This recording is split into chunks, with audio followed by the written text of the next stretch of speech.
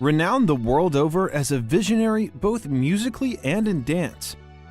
Many may not know, but wouldn't be too surprised that Michael Jackson also aspired to be just as trailblazing in his style, stating, quote, "If fashion says it's forbidden, I'm going to do it."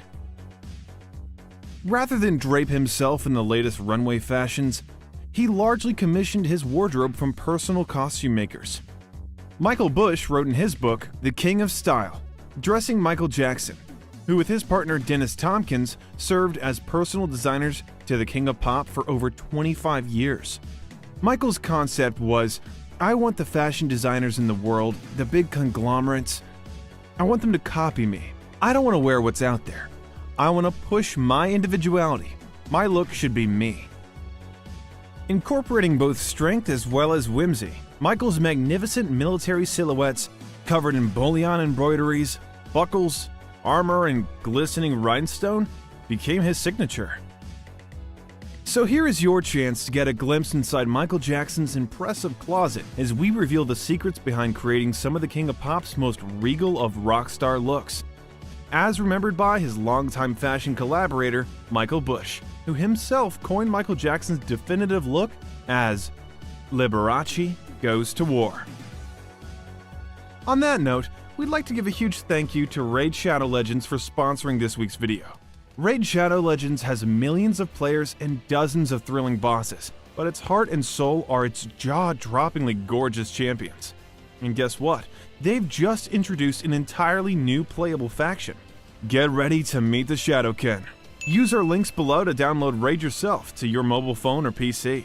As you can see, the Shadowken are heavily inspired by the mythos of medieval Japan, along with a load more Eastern Asian influences. They've got nimble ninjas, sharp samurai, ominous oni, and a whole host of mythical badasses. Here are several of the new champions. Their costumes and detailed characterizations are truly incredible. I think this chick looks really cool.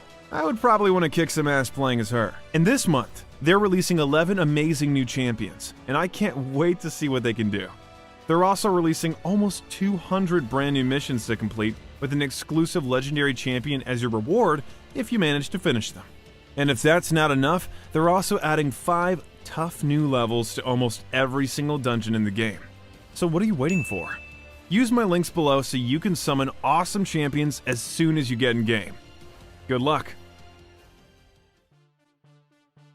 The military jacket, in all its eventual forms, came out of Jackson's fascination with Disney fairy tales, the fantasy of a knight in shining armor with a form-fitting uniform. Quote, "A uniform commands attention," Michael stated to Bush, broadening MJ's shoulders with the military style along with enhancing his narrow waist. It really pleased his female fans, Bush told Rolling Stone. Quote, "Who doesn't love a man in a uniform? It was about that, creating the sexual mystique. But Michael made it his own by pushing the envelope, rebelling against the establishment the uniform is supposed to represent with all those badges and making it rock and roll." One of his favorite military jackets was the one he wore to visit the White House in 1990. It was black with a red armband and incorporated heavy braiding. After President Bush Sr. presented him with the Entertainer of the Decade honor, Michael thought he'd treat himself. He showed his dressmakers a picture of the Queen's Imperial State Crown, and off they went to the Tower of London to study the real deal. Quote, "Michael would come out of European museums inspired to wear the antique costumes that were up on exhibit," Bush said. Quote, "For Michael's costumes, Dennis and I studied monarchs and European military history, taking particular notice of one of the most notorious kings, King Henry VIII of England. Tompkins taught himself how to solder and sandblast metal, and over 6 weeks, created a sterling silver crown encrusted with costume stones and pearls. In place of the second star of Africa, which sits at the center of the Imperial State Crown, Tompkins sandblasted an imitation diamond with the iconic image of Michael's dancing feet. He never wore the crown out, but years later, his children asked Bush and Tompkins to make a regal robe for their dad to wear on Father's Day. And so, alongside the throne that stood in his ensuite bedroom in Neverland, the King of Pop's ceremonial dress was complete." Early on, Bush worked out the 4 F's in dressing Michael Jackson: fit, function, fun, and first. The last one was not as self-explanatory as the former three, but refers to the desire to improve and innovate, but never repeat the same designs. However, on stage, the most important F was function. As Michael Bush told Rolling Stone, quote, "They had to be like his second skin, wearable art accentuating both his style of dancing and the beat of the music." The Florsheim's loafer shoes held an almost superstitious pull as they were what Michael Jackson first learned to dance in. Bush recounts the time when he unwisely tried polishing a pair of Jackson's shoes. He described the startling anger Jackson exhibited as he scolded him for potentially ruining the footwear's stage readiness. Quote, "The leather is worn the way I like it, and if you coat them in polish, the shoes will slip," Jackson explained, making it clear that his harsh reaction was due to practical concerns. Quote, "If I fall and twist an ankle, we are all out of a job." In 1985, when filming Captain EO, Michael complained that he couldn't dance at his best in the shoes provided as part of his sci-fi costume, but his go-to loafers weren't appropriate for the film's futuristic premise. As a solution, the soles were cut out of the high-top Reeboks Jackson was originally meant to wear, so the Florsheims could be worn without being seen. Similar alterations had to be made to Jackson's attire when filming the video for Dirty Diana. As Bush shared that originally MJ had on a jacket that just wasn't working with the wind machine. The jacket was too heavy and didn't flow during rehearsal. Then looked at Bush spying the white shirt he was wearing, which his partner Dennis Tompkins had made for him. The shirt was made of fabric so fine that it fluttered and billowed from the lightest gust of wind. Therefore, the Dirty Diana white shirt was born, off the back of Bush and onto the stage with Michael Jackson. When designing his stage outfits, Jackson followed a look but can't touch mentality.